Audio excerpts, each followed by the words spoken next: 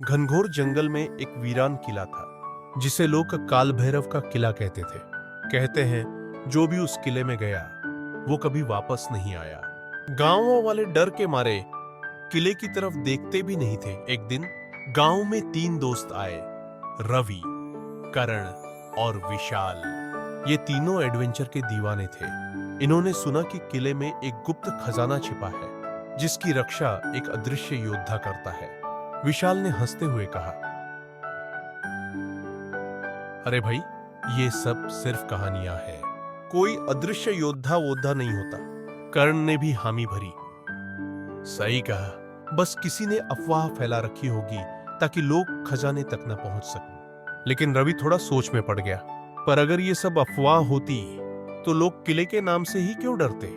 तीनों ने तय किया कि वे उस रात ही किले की ओर निकलेंगे। रात का समय था, चारों ओर अंधेरा था और जंगल से अजीब अजीब आवाजें आ रही थी। तीनों दोस्त टॉर्च लेकर किले की ओर बढ़े। अचानक झाड़ियों में कोई हलचल हुई। कौन है वहां? विशाल ने जोर से पूछा। कोई जवाब नहीं आया, लेकिन कुछ कदमों की आवाज पास आती सुनाई दी। तीनों ने टॉर्च घुमाई, लेकिन वहां कुछ नहीं था। शायद कोई जंगली जानवर होगा, कर्ण ने कहा और आगे बढ़ गया।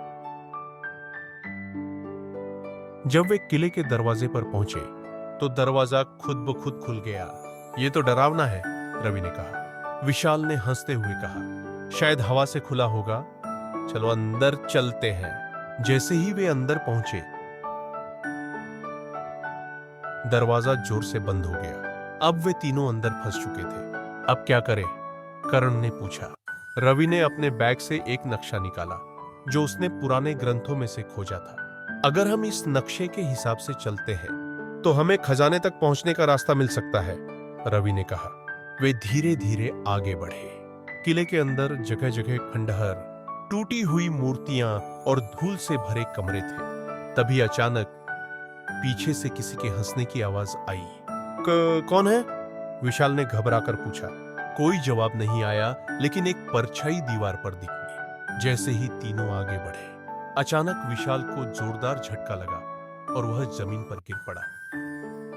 क्या हुआ? कर्ण ने पूछा। विशाल कांपते हुए बोला, किसी ने मुझे धक्का दिया, लेकिन वहां कोई नहीं था। तभी हवा में तलवार लहराने की आवाज आई और दीवार पर एक गहरी खरोंच पड़ गई। रवि चिल्लाया, हम पर हमला हो रहा है। कोई हमें देख नहीं सकता, लेकिन वो हमें मार सकता है। अब तीनों जान गए कि वे सचमुच अदृश्य योद्धा से लड़ रहे हैं। रवि को एक तरकीब सूझी।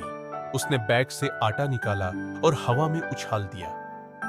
जैसे ही आटा गिरा एक मानवाकार आकृति दिखने लगी।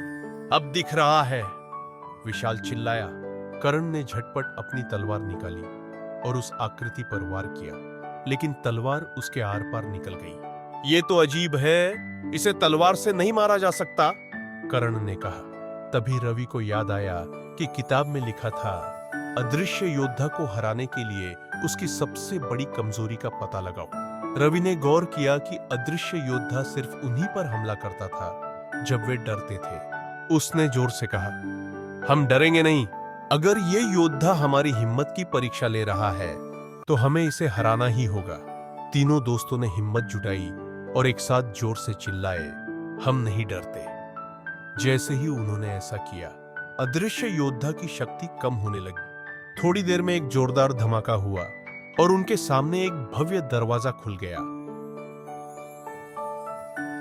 जिसके पीछे खजाना था। जब वे खजाने के पास पहुंचे तो अचानक एक रोशनी चमकी और एक वृद्ध साधु प्रकट हुए। साधु ने कहा, मैं इस किले का रक्षक हूं। यह खजाना सिर्फ उन्हीं को मिलता है जो अपने डर पर विजय पाते हैं। तुमने यह साबित कर दिया कि तुम इसके योग्य हो।